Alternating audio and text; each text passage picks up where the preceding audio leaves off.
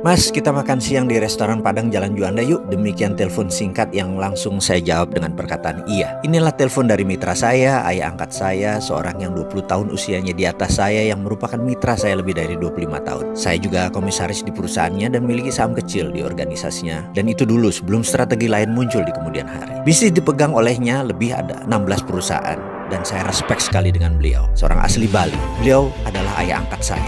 Singkat cerita, hari itu kami makan berdua di restoran Padang favorit kami. Dia bercerita sambil makan bahwa 3 bulan ini kami harus pinjam sana sini untuk menutup overhead perusahaan. Saat itu kami memiliki 600 lebih pegawai dengan beban usaha biaya rutin lainnya kurang lebih 1 bulan 5 miliar ongkos yang kami butuhkan. Sudah 3 bulan ini kita pinjam sana sini, demikian dia berkata. Berat dan bener deh, sudah 25 tahun lebih kita berbisnis, kita tidak pernah telat bayar gaji. Dia memulai monolognya dengan nada serius. Kemudian dia berkata, kita nih para direksi dan pemilik harus gulung koming setiap saat, cari cara untuk menghidupkan perusahaan. Dan untuk itu pegawai kita tidak perlu tahu masalah.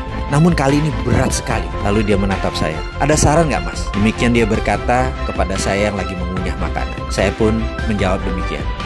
B, gini deh. Bagaimana kalau kita siapkan paket shake hand, golden shake hand kalau perlu. Kita adakan juga program pensiun dini. Kita minta mereka beberapa orang yang ingin pensiun dini, kita pensiunkan. Dan beberapa orang yang tidak perform, kita pecat. Kalau perlu, orang-orang yang mungkin lagi tidak kita butuhkan, kita rumahkan tanpa gaji. Bagaimana, Be, kira-kira? Mendengar suara saya tersebut, wajahnya berubah. Dia menghentikan makannya. Matanya menatap saya dan suaranya menegang. Kamu sombong, Mardi. Nggak ada rumus pecat karyawan itu. Nggak ada yang namanya dirumahkan. Nggak ada yang namanya golden shake hand sekalipun. Mereka semua bekerja sudah sangat keras. Mereka adalah orang pilihan. Itu nadanya dengan tegas dia berkata. Kamu harus cari cara lain. Lalu dia melanjutkan bicaranya setelah terhenti sesaat. Kamu jangan pernah berpikir bahwa apa yang selama ini kita dapat adalah karena kepintaran kamu atau kepintaran saya. Nggak ada itu. Semua itu terjadi, itu bukan karena kita. Ini merupakan jawaban dari doa 600 pegawai kita dan keluarganya. Mungkin kalau dikumpulkan ini adalah doa dari 1.500 orang. Jujur, kamu harus berpikir berbeda dengan apa yang kamu katakan barusan. Ini semua bukan karena kamu, bukan karena saya.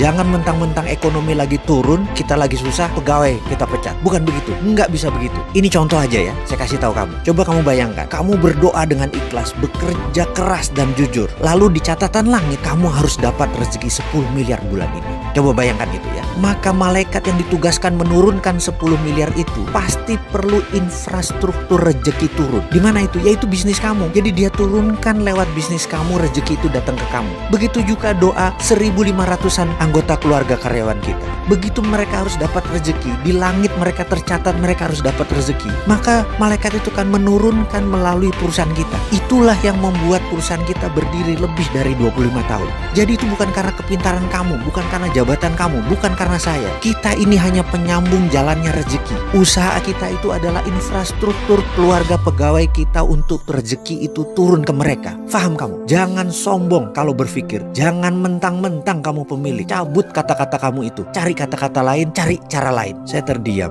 Sekali lagi, sudah puluhan kali saya terdiam mendengar monolognya. Saya merenungkan kata-katanya bahwa usaha itu hanya infrastruktur rezeki keluarga kita dan pegawai kita.